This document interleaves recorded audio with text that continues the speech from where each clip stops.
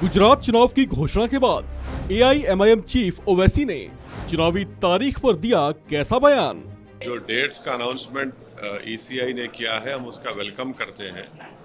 अब schedule ECI ने announce कर दिया है, तो हमारी पार्टी तो पहले से ही विधानसभा के चुनाव की तैयारी में लगी हुई थी। अब जाहिर है हमको और अपनी तैयारी को तेज़ करना पड़ेगा और बहुत से जिन कॉन्स्टिट्यूंसी से हमको अपने कैंडिडेट खड़ा करना है, उस ताल्लुक से हमारे गुजरात के अध्यक्ष जनाब साबिर भाई साहब तय करेंगे और हमारी पार्टी की तैयारी तो ठीक है। अब फिर हम जाएंगे और गुजरात की विधानसभा में हमारी पार्टी के उम्मीदवारों की कामयाबी के लिए हम पूरी कोशिश कर रहे हैं और हमको यकीन है कि इंशाल्लाह कामयाबी मिलेगी। क्या मुद्दे रहने वाले हैं जिन पर आप लड़ने वाले हैं और आपको क्या लगता है इस बार इस चुनाव के मुद्दे क्या रहेंगे? बहुत से अवामी मुद्दे हैं, जनता के मुद्दे हैं, कोई एक मुद्दा बोल के नहीं है।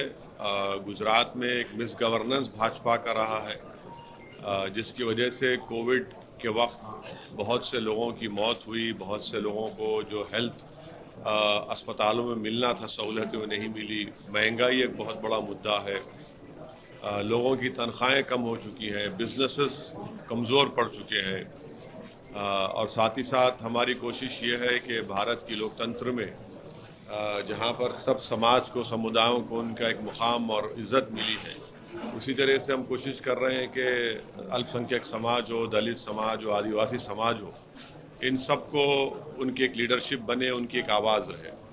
तो ये अहम मुद्दे हैं गुजरात के चुनाव में और बहुत से और भी मुद्दे रहेंगे। विधानसभा के इंडिविजुअल इश्यूज हैं, प्रॉब्लम्स हैं। अभी जो मोरबी में हादसा हुआ है सर, क्या वो कोई मुद्दा होगा वोटर उस हादसे को लेकर? क्योंकि अभी ताजा हादसा है, इलेक्शन कमीशन ने ये बोला कि ये डिले हुआ अनाउंसमेंट है मोरबी की वजह से। नहीं, जो मोरबी में हुआ वो निहायत ही अफसोसनाक है। वो भी गुजरात की हुकूमत की मिस गवर्नेंस की एक मिसाल है कि जिस कंपनी को ठेका दिया गया था उनको तो इसका तजुर्बा था ही नहीं और उन्होंने कुछ काम उस पर जिस तरीके से करना था और वहाँ की म्यूनसिपैलिटी, वहाँ की जो सिविक अथॉरिटीज़ है, उन्होंने उसका टेस्ट भी नहीं किया, फिटनेस सर्टिफिकेट दिया नहीं, तो जाहिर है ये एक मिस गवर्नेंस का इशू है।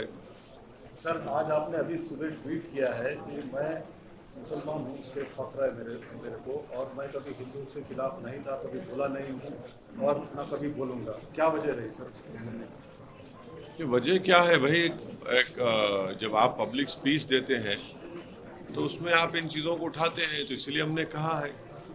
चुनाव आयोग जो घोषणा है, ये जो चुनाव की तारीखों की हुई है, उस पर कांग्रेस ने सीधे नहीं लेकिन इशारों में उनकी निष्पक्षता पर, चुनाव आयोग की निष्पक्षता पर सवाल खड़े किए हैं। आप भी एक पार्टी के प्रमुख हैं, आपको क्या क्या लगता है इसके ऊपर?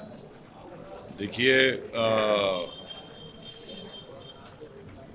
चुनाव आयोग ने जो डेट्स दी हैं हम उसका वेलकम करते हैं और हमारी पूरी कोशिश यही होगी कि ये विधानसभा के चुनाव पुरअमन रहे, अच्छे तरीके से हो जाएं और जनता को, गुजरात की, उनका पूरा मौका मिले, फ्री एंड फेयर इलेक्शन हो, हम उसकी उम्मीद करते हैं और ये इलेक्शन कमीशन इसको कराना भी चाहिए।